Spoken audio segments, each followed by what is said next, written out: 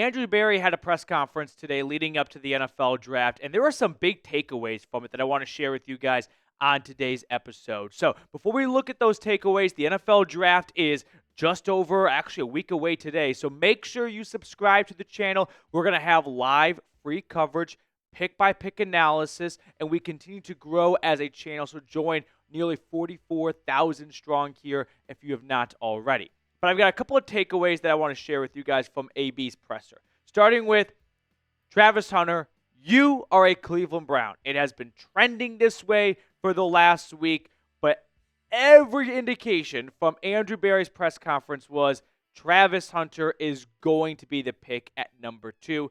This just solidified what was already a done deal in my eyes, but now it really put the nail in the coffin for any other pick being made at number 2. Andrew Berry was oozing with admiration and love for Travis Hunter. He talked about his ability to play both ways. They still see him as a receiver first, but they clearly have a plan in place to get him on defense. And my entire lead up to this has been somewhat skeptical of a Hunter pick because I didn't think he could play offense and defense, where I think it'd be easy to play defense and then some offense.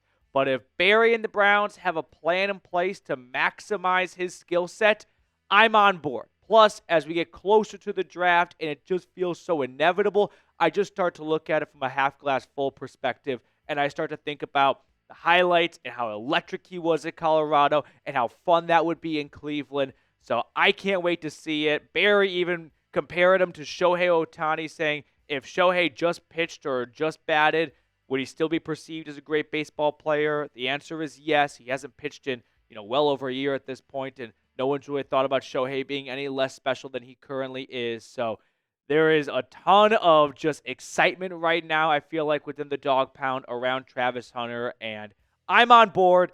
I'm in. I won't call myself the conductor. I'm too late to the party to be that. I'd like to be in first class. I'd like to have like a sleeper bed on this train, but I'm definitely there. I'm on board. I'm not hanging out on the platform. So, Travis Hunter, you are a Cleveland Brown. Hop on Zillow. Start looking at places in Parma, maybe somewhere in Berea.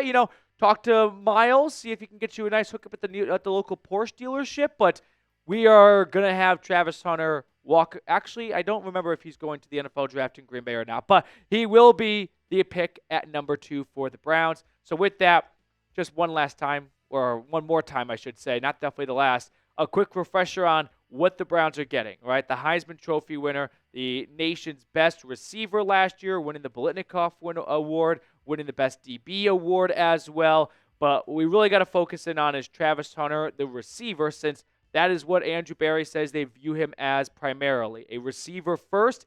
And then I would expect a minimal amount of snaps at the beginning of his rookie career on defense.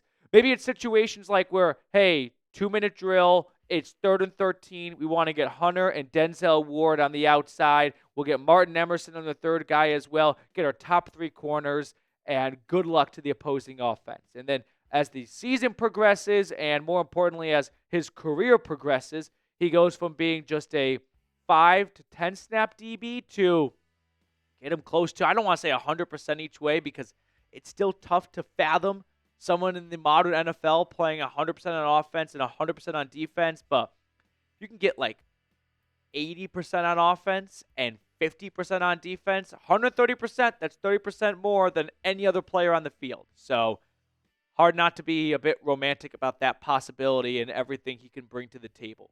So if/when the Travis Hunter pick is made official, how would you grade it? A, B, C, D, or F? I'm going to give it an A-. There's still that tiny little part of me that I don't like that part. It's kind of like the devil on my shoulder. I want to flick it off, but it's still there, and it's still reminding me this has never really been done before. Not to the level of going 100% on both ways like Hunter did at Colorado. And I hope he's able to, not just physically perform both ends of the job, but also mentally learn the playbook, front and back, offense and defense, and then somehow at practice be at 2 places at once and not be a liability on the field. But I'm choosing to believe, choosing to be optimistic, and I want to be excited. So that was the first key takeaway I had from Berry's press conference today. The second one is Jalen Milroe, is he the quarterback the Browns are going to select? The smoke around Milroe and the Browns is starting to turn into a little small campfire, and it's something that needs to be tended to. Andrew Berry said that Jalen Milroe's got some of the best physical tools in this draft. He said he's got the speed where wherever he ends up in the NFL, he might be faster than Lamar Jackson. He is also quick to say, "Don't tell Lamar I said that, please," since that would not be a fun revenge thing to hear twice a season. But Jalen Milroe was a name that Andrew Berry enjoyed talking about. When he was asked about the quarterback class, he led off with Jalen Milroe and the physical tools, the arm strength, the speed, and those are just tough things to find, and you can kind of figure out the rest when it comes to coaching up the weaknesses a little bit. But from a pure, arsenal and what he has in his tool chest, Jalen Milroe may be one of one in this draft class. And that's not new information, right? We saw Milroe be a threat with his legs the last 2 years for the Crimson Tide. I mean, he had 20 rushing touchdowns. Is that a typo? Jeez Louise. So Jalen Milroe definitely has the physical tools, and he is capturing the eyes of Andrew Berry. The other quarterback that came up a little bit was Jackson Dart. Berry talked about Milroe, and then he talked about Dart. And it kind of reminded me a little bit of like the scene out of Step Brothers where Dr. Doback is talking about Adam Scott's character, and then he's got to talk about his own son. Like, he was way more upbeat about talking about, what's Adam Scott's character in Step Brothers? Way more upbeat talking about my older brother, Dale Brennan, and, this is a bad time for a brain fart. And then he'd talk about Dale, and he's like, damn. He just called Jackson Dart, he's got good accuracy. Derek, God, he's the biggest Step Brothers fan in the world. When the lights are on, sometimes your brain goes blank. But you could tell there was a drop-off. And that's what I want you guys to take away from this. You could tell there was a drop-off from Berry transitioning from talking about Milroe to talking about Jackson Dart. When you compare one of them to Lamar Jackson, that to me seems like the quarterback that's going to have your attention a little bit more. Now, the draft is full of unpredictable things. There's no saying what's going to happen. All it takes is one team to fall in love with a player, and all your plans go out the window at that point. But the Travis Hunter stuff was legitimate. I don't think there is anything to gain by getting everyone to believe you're taking Travis Hunter and then select Abdul Carter, right? Well, unless you want to just pants the Giants at number 3, what's the point of that? But there is something to gain about letting teams believe, hey, you really like Jalen Milroe. Okay, well, that's good because we like Jackson Dart, and we're picking a few spots behind you. So now we don't feel obligated to trade up ahead of you and take Jackson Dart. So now the Browns go, because they think we like Milroe, we don't have to trade up and get Jackson Dart, so they don't trade up ahead of us and get Jackson Dart. We can say put at 33 and get Dart right there and not give up any draft capital. That's where the smokescreen could come into play here. I am going to go with this seems more legit than smokescreen-esque, but it would not be very Andrew Berry-esque a week in advance to go, hey, everyone, just want to let you all know what my plans are for the draft. That's not the way he operates. So that's where the slight hesitation still comes in my voice when it's the reluctancy to say, yeah, Milroe is going to be the pick at 33. Right now, I feel like the Browns are more likely to stay put at 33, but this stuff is very fluid. So if I really had to make a decision gun to my head, it's the Browns open up round 2 of the NFL draft with Jalen Milroe as the selection at 33. But if a team ahead of the Browns falls in love with Milroe and they're willing to trade up for him and the Browns aren't, then you quickly have to adapt. Before we move on to the other parts of today's episode, quick shout out to our sponsor, GameTime. GameTime makes getting tickets faster and easier, even for hard-to-get playoff seats. Prices on the GameTime app actually go down the closer it gets to tip-off. With killer last-minute deals, all-in prices, views from your seat, and their lowest price guarantee, GameTime takes the guesswork out of buying NBA playoff tickets. So if you want to go see the Cavs play or any other sporting event in your area, make sure you check out GameTime first. Save up to 60% off buying last minute for sports, concerts, comedy, theater, and more. Take the guesswork out of buying tickets with GameTime. Download the GameTime app, create an account, and use code CHATSPORTS for $20 off your first purchase. Terms apply. Again, create an account and redeem code CHAT Sports for $20 off. Download the GameTime app today. Last minute tickets, lowest price guaranteed.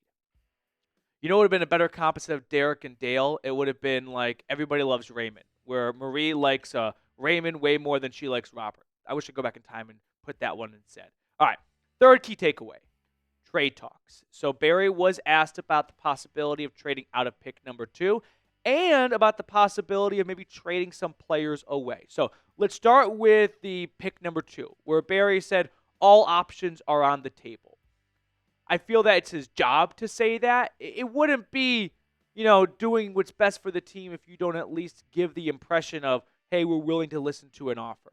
Because if a team were to give up multiple first-round draft picks because they think Abdul Carter is worth that type of haul, then sure, I'd hope Andrew Barry would at least entertain that. I mean, you can always just say no, but I don't think you'd be doing your job if you don't at least pick up the phone when it comes to the draft, and if you're not picking number 1, listening to what offer you could be given for a player or for the pick in that case. So he definitely kept the door open for a trade, which is not surprising. He loves to wheel and deal. He's made plenty of trades in the draft before. This would not be uncommon. I don't expect the Browns to trade the number 2 overall pick. Pick number 33, that could be more attainable for a team. And that's something I think it's worth keeping an eye on. Now, when it came to trading players away, he said, I wouldn't rule out being opportunistic. And that's Andrew Barry's MO. He is always interested in looking for ways to improve the roster. And while all GMs should be doing that, I think he's more willing to be aggressive in that pursuit. Whereas other GMs are going, I don't know if we should give up draft capital for this player. Let's just play it safe, and we'll keep our picks, and we won't make a trade. Barry, he's addicted to trades. So I'm not surprised he is opportunistic seeking. Now, who could those veteran players be? I've got 3 that come to mind. Greg Newsome is going into the final year of his rookie contract. It's a fully guaranteed 5th-year option. If a team wants to take some of that money off the Browns' hands and give him a draft pick as well, kind of like Jerry Jeudy last year, that could be a real possibility that the Browns entertain given Newsome's decline. And you're taking Travis Hunter at number 2, you've already got, half of a replacement right there. The other 2 players to watch for, Wyatt Teller and Ogbo Okoronkwo. Let me talk about Teller for a moment and then Okoronkwo. Teller is an interesting case because last year he missed about a month with a knee injury. The offensive line went way downhill with him off the field and then way back uphill with him back on the field. So he definitely showed his value with his absence. However, he is going into the final year of his contract. He's on the wrong side of 30. I think he just turned 30. But it's not even just that. It's what the Browns have done in free agency and the draft last year. They took Zach Zinter in round 3 out of Michigan. They signed Tevin Jenkins, who has been a starting guard for the Bears the last couple of seasons. So, to me, those 2 moves correlate with the Browns are creating flexibility to move on from a starting guard. And it's not going to be Batonio, and that leaves Teller as the odd man out. And the third and final trade candidate that I brought up was Okoronkwo. They have gone out in free agency and signed a pass rusher, defensive end, and Tyrone Shoyinka, the first-round pick from the Buccaneers. They signed another defensive end earlier this week. They've got Isaiah McGuire and Alex Wright kind of climbing up the ranks a little bit. So they've got some depth at defensive end. They could afford to go with Garrett, Wright, McGuire, and then Tryon Shoyinka as your 4 defensive ends and pass rushers, even toss in another rookie from this year's draft. So those are 3 players I think worth keeping an eye on. The Browns have made a player trade before in the draft.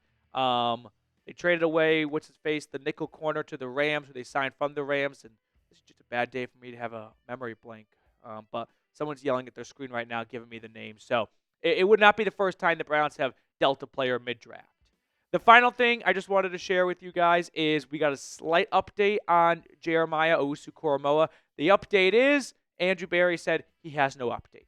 He is progressing, but he would not commit to anything to get a headline out of. So I think at this point, the longer we go with no real good news, the worse it is. There's a very real chance that JOK just misses all of 2025. Misses at least, the first half of it, which we like to think as fans in the offseason that these players are like video game characters and their health just, it's like a Call of Duty player where you get shot and like the screen's bloody and you're panting for a second, but then 5 seconds later you no longer have a piece of lead in your chest. Yeah, with football players, it's not like their body just gets 100% because it's the off season. If that's a 12-month recovery, which a lot of injuries are 12-month plus recoveries, we're looking at a November return at the earliest. So I would not hold your breath on any good, big, positive JOK news coming in the immediate future.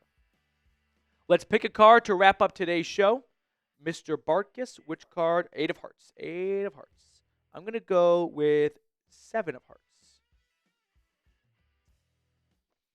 3 of spades. 3 of spades. I will see you guys in... Oh, actually, I'm filming this before our live show. At this point, you've already seen me during our live, so a little bit of time traveling going on. But I'll see you later.